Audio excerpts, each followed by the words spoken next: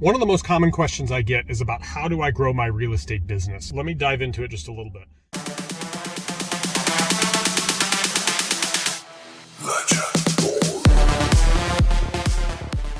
The best advice I can give on how to grow a real estate business is be consistent in whatever you're doing. So much of this has to do with communication in some form or fashion.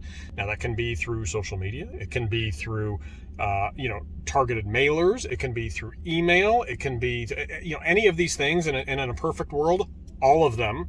But what especially new business owners, new entrepreneurs have a tendency to do is they bite off more than they can chew. They're trying to do all of it all at the exact same time and become a master of all of it all at once.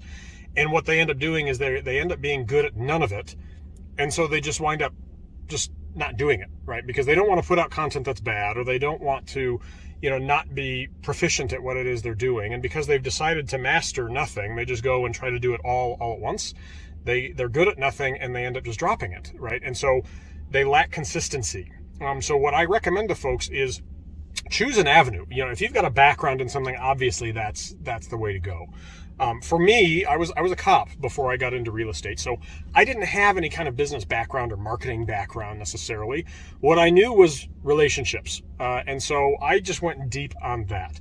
The folks that I already knew, my cop buddies, the friends that I had that worked in the FBI and such. I went deep there, and I had my value proposition, right, that spoke to that audience, and I just went there over and over and over and over again, right? Hey, who do you know that I should know that's maybe looking to buy a house and needs to have their identity protected when they do it, right? So I was able to, spread the message about, hey, I'm new in the business. But I've got some really revolutionary ideas here that would have been amazing for me to have when I was in your position, if only there was an agent that offered it, because by the way, no one else did. And so, I just kept going deep with that. Now I did that through personal connections. I did that through email marketing. I did that through my social media at the time, which at the time was just Facebook. That was, kind of the biggest fish in that pond.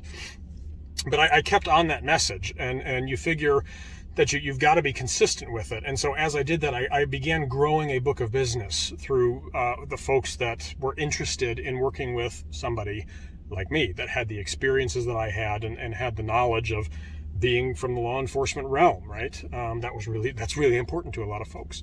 And so for me, that's how I did it. But again, it translates across the board.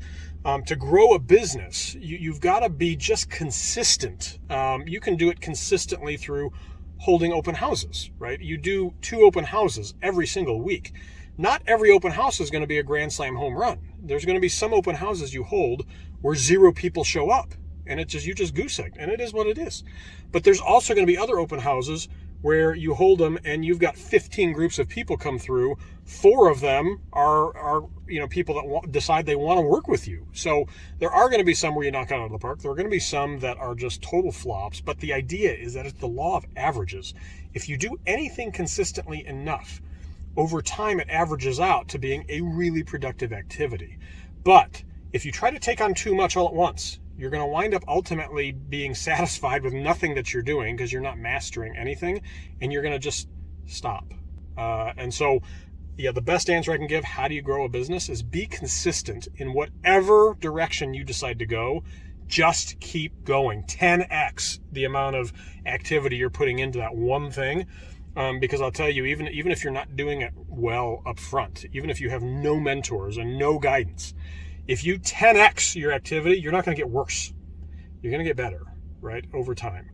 So now you can circumvent a lot of that learning curve by putting yourself in the right rooms with the right people. I've talked a lot about this, and I will continue to.